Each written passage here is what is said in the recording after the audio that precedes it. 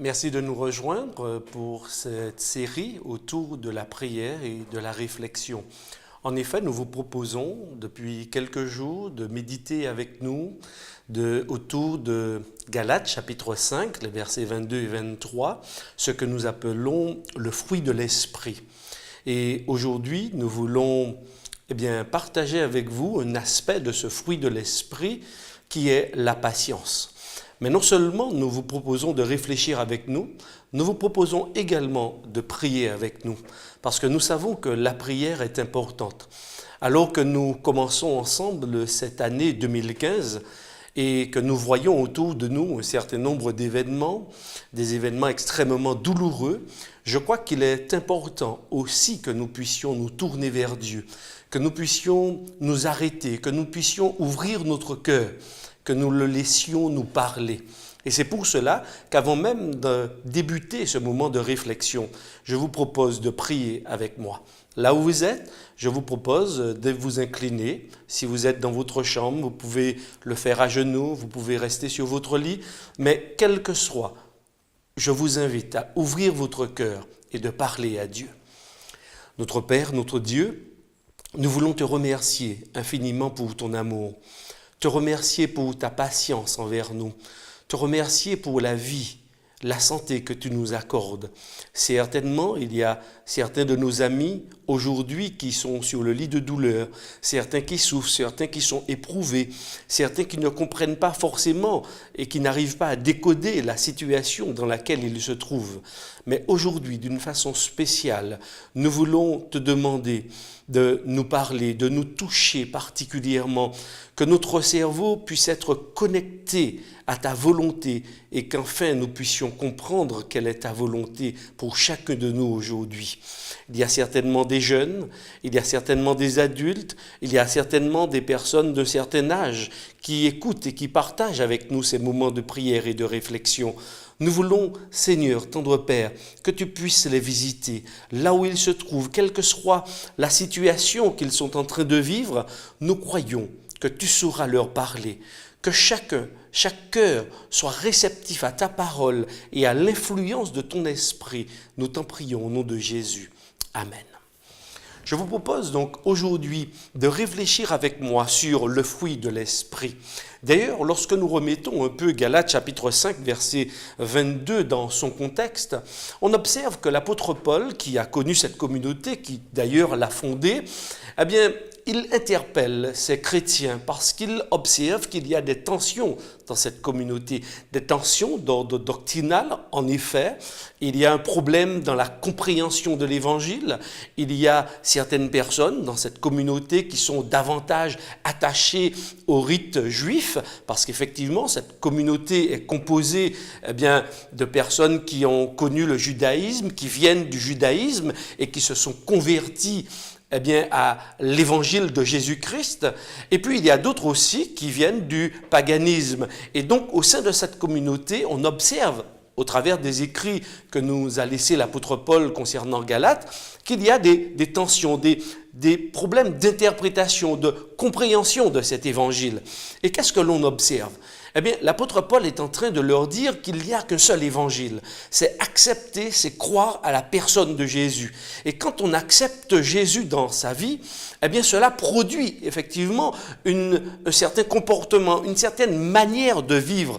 Et si vous observez particulièrement ce chapitre 5, l'apôtre Paul dit et invite les Galates justement à vivre pleinement la liberté qui se trouve en Jésus-Christ. Et vivre pleinement la liberté qui se trouve en Jésus, c'est aussi pouvoir aimer son prochain. C'est pouvoir aussi le respecter. C'est pouvoir accepter qu'il soit différent de nous. Et c'est pourquoi d'ailleurs dans ce chapitre 5, l'apôtre Paul va aussi opposer deux modes de vie. Un mode de vie, et dans le texte, il parle du mode de vie du pécheur, du mode de vie selon la chair. Et nous pourrions dire effectivement que ces expressions expriment simplement cette manière de vivre sans Dieu, ou avant d'avoir connu Jésus-Christ, avant d'avoir connu cet évangile extraordinaire. Il va opposer cette manière de vivre à la manière de vivre justement conduite par l'Esprit, sous l'influence du Saint-Esprit. Et c'est là justement qu'il va intervenir dans Galates chapitre 5 verset 22 et qu'il va finalement aborder le fruit de l'Esprit. Et vous avez très certainement observé avec moi, en étant de très bons lecteurs, que ce fruit est au singulier.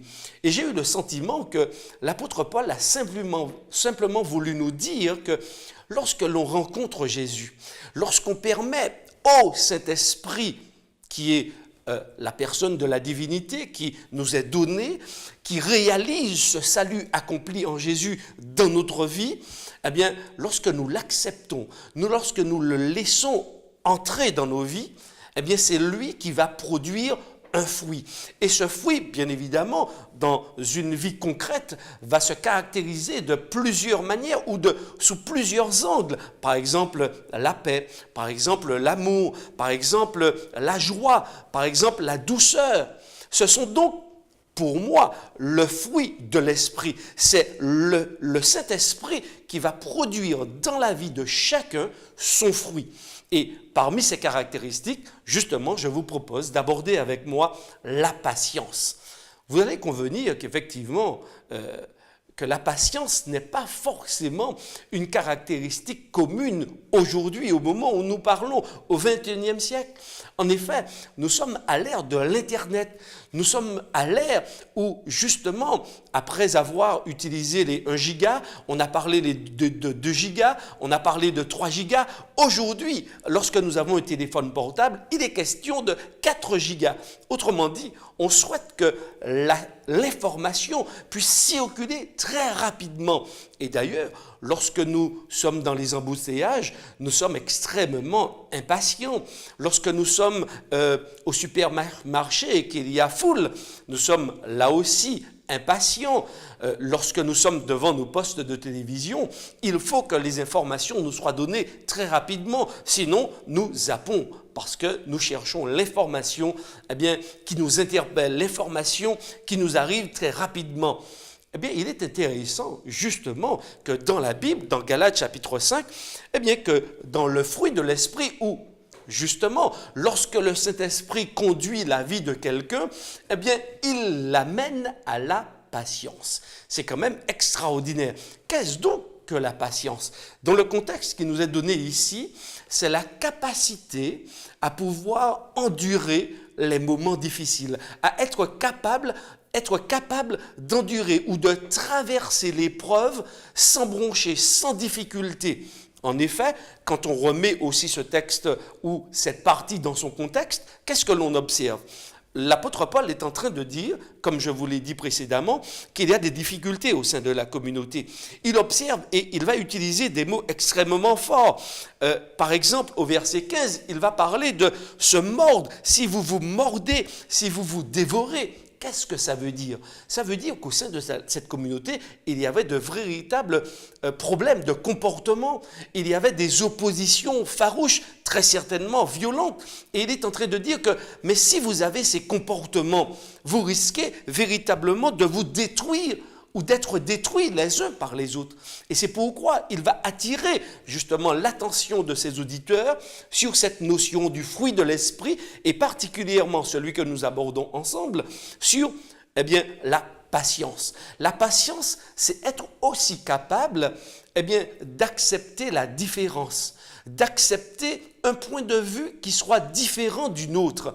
Et je vous avoue qu'aujourd'hui, ce n'est pas aisé de pouvoir accepter que les autres aient un point de vue différent, surtout lorsque nous avons le sentiment que nous sommes dans la vérité, surtout quand nous avons le sentiment de vivre dans la vérité et de professer la vérité. En effet, vous et moi, nous étudions le texte biblique. Et pour nous, le texte biblique est la vérité. Et lorsque nous sommes face à des personnes qui tordent le sens des Écritures, nous avons et nous pouvons avoir tendance à nous montrer violents. Il est intéressant et pour moi, le fruit de l'esprit, nous pousse également à aimer l'autre. Et aimer l'autre, c'est aussi apprendre à respecter et à être patient vis-à-vis de lui. Pourquoi devrions-nous nous montrer patients vis-à-vis des autres? Eh bien, pour moi, le premier élément, quand je lis la Bible, c'est de comprendre que Dieu est patient vis-à-vis de moi. En effet, la Bible présente Dieu comme étant un Dieu lent à la colère, un Dieu riche en bonté, riche en miséricorde, un Dieu qui est lent à accomplir ses desseins. Eh bien, lorsque moi, en tant qu'être humain, lorsque je lis le texte biblique et que je découvre que je suis un pécheur, eh bien, je me rends compte que le premier être à être patient vis-à-vis de moi, c'est Dieu. La première personne à être patiente vis-à-vis de moi, eh bien, c'est Jésus. La première personne à être patiente vis-à-vis de moi, c'est le Saint-Esprit. Parce que souvent, Dieu me parle, Dieu m'interpelle, mais je me montre aussi lent à comprendre, lent à prendre les bonnes décisions. Et justement, lorsque la Bible me conduit sur ce chemin par rapport à la connaissance de Dieu concernant la patience, eh bien, cela m'interpelle.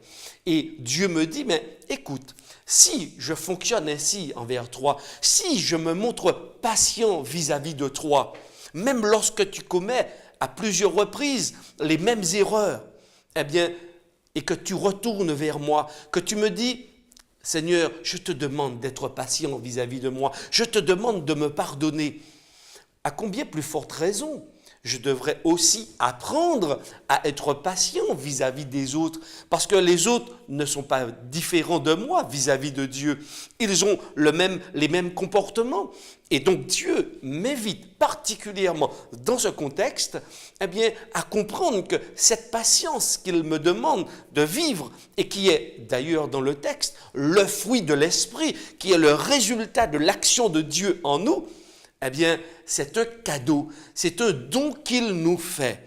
Et donc, il m'invite maintenant à pouvoir vivre autrement avec les autres, à pouvoir les observer. Parce qu'effectivement, lorsqu'on est patient, on apprend à écouter.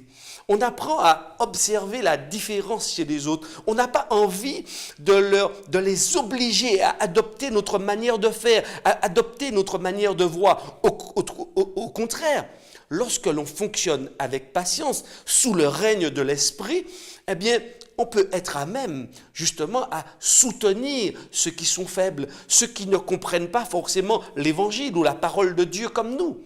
Et je crois que ce texte est extrêmement intéressant lorsqu'il nous interpelle concernant la patience. Autrement, nous pourrions aussi voir cette patience sous l'angle que l'apôtre Jacques l'a développé dans Jacques chapitre 1, c'est-à-dire par rapport aux souffrances, par rapport aux épreuves, par rapport aux tests de la vie. Et je me suis posé moi-même la question, pourquoi est-ce que souvent nous avons tendance à nous montrer impatients ? Eh bien, de mon point de vue, j'ai observé que c'est parce qu'en fait, nous n'avions aucune maîtrise concernant le temps. Le temps, en quelque part, il file, il s'écoule rapidement. Et peut-être par rapport à cela, nous souhaitons faire le maximum de choses en peu de temps. Mais lorsque l'on s'approche de Dieu et lorsqu'on permet au Saint-Esprit de prendre possession de nos vies et de diriger notre vie, eh bien, nous commençons à entrer dans le temps de Dieu. Nous commençons à comprendre que le temps ne joue pas contre nous. Au contraire. En effet, l'apôtre Pierre, dans 2 Pierre chapitre 3, nous dit que le temps de Dieu est en faveur de notre salut.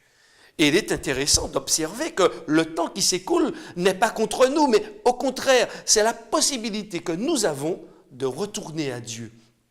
Eh bien, vu sous cet angle, effectivement, j'apprends à comprendre mieux le temps qui s'écoule. Le temps qui s'écoule pour moi, eh bien, me permet d'entrer dans une relation beaucoup plus vraie avec Dieu. Ce temps qui s'écoule me permet de mieux le décoder et avec la patience que le Saint-Esprit me communique, eh bien, j'apprends à comprendre que les épreuves de la vie ne sont pas contre moi. Au contraire, les épreuves de la vie, elles sont faites pour m'épurer, pour me permettre de me positionner par rapport à Dieu, pour me permettre justement de savoir si, lorsque je parle, je suis en phase avec ce que je vis. Eh bien, je le décode, ce temps qui passe, comme étant justement des tests qui me permettent de me rapprocher de Dieu ou peut-être au contraire de m'éloigner de Dieu. Mais ce que Dieu veut au travers de l'épreuve, c'est que justement je puisse me montrer patient. Et j'ai observé justement dans le psaume 37, verset 7, que David nous invitait à la patience. Et il nous dit, mais si Dieu tarde, attends-le. Eh bien, j'aime particulièrement cette expression. David m'invite à attendre Dieu. Pourquoi? Parce que Dieu se montre fidèle. Le Dieu de la Bible est fidèle. Et au travers de la vie que je suis en train d'expérimenter sous l'égide du Saint-Esprit, eh bien, il me communique cette patience. Et lorsque je suis patient et j'entre dans cette patience avec Dieu, eh bien, cela me permet d'être en paix. Cela me permet d'être plus à l'aise dans mon fonctionnement avec les autres parce que je n'ai plus peur d'eux, je n'ai plus peur de Dieu. Je comprends justement que l'unique objectif de Dieu, c'est de me sauver. Chers amis, peut-être qu'en ce moment, tu as du mal à vivre avec certaines personnes qui ne partagent pas ton idée. Peut-être qu'il y a certaines personnes qui cherchent à te faire du mal. Mais là aussi, le Seigneur t'invite à être patient, à lui faire confiance, à remettre ta vie entièrement entre ses mains. Parce qu'entre les mains de Dieu, tu n'as plus rien à craindre. Et c'est pour cela que je voudrais t'inviter à prier aussi avec moi aujourd'hui pour que nous puissions demander à Dieu de nous communiquer ce don précieux qu'est la patience et qu'est le don de son Saint-Esprit. Prions ensemble. Notre Père, notre Dieu, nous voulons te remercier maintenant parce que tu nous permets de comprendre que tu es patient vis-à-vis de chacun de nous. Seigneur, nous commettons des erreurs et nous revenons aussi à toi pour que tu puisses nous pardonner. Seigneur, merci de nous permettre de comprendre que tu es là pour nous, que le temps ne joue pas contre nous, mais au contraire, qu'il doit être utilisé pour que nous puissions remettre notre vie entre tes mains et que nous puissions entrer dans ton grand projet. Notre Père, c'est vrai que nous avons à subir des difficultés, à subir des épreuves. Mais Seigneur, tu nous permets de comprendre aussi au travers de ta parole que ces épreuves nous permettent simplement de te faire confiance, d'entrer dans ton projet et de te laisser agir finalement en notre faveur. Seigneur, aide-nous à ne pas nous rebeller contre toi. Aide-nous à ne pas nous rebeller, à ne pas être impatients vis-à-vis de nos frères, de nos amis, de ceux qui ne te connaissent pas. Mais aide-nous au contraire à entrer dans cette patience, à leur montrer, Seigneur, que tu es là, que tu es fidèle. Merci Seigneur, parce que je crois qu'en ce moment, tu réponds à nos prières. Je crois, Seigneur, que tu te tiens auprès de tous ceux qui t'invoquent, avec sincérité. Merci de répondre à nos prières, parce que tu es de fidèle, parce que tu es de Dieu bon. Amis auditeurs, merci d'avoir été avec nous pour ce moment de partage. Je crois que nous avons encore à découvrir de ce que ça signifie être conduit par le Saint-Esprit. C'est pour cela que je vous donne rendez-vous pour les autres moments de méditation et de prière que nous avons prévus à votre attention. Merci à tous d'avoir été avec nous aujourd'hui. À bientôt.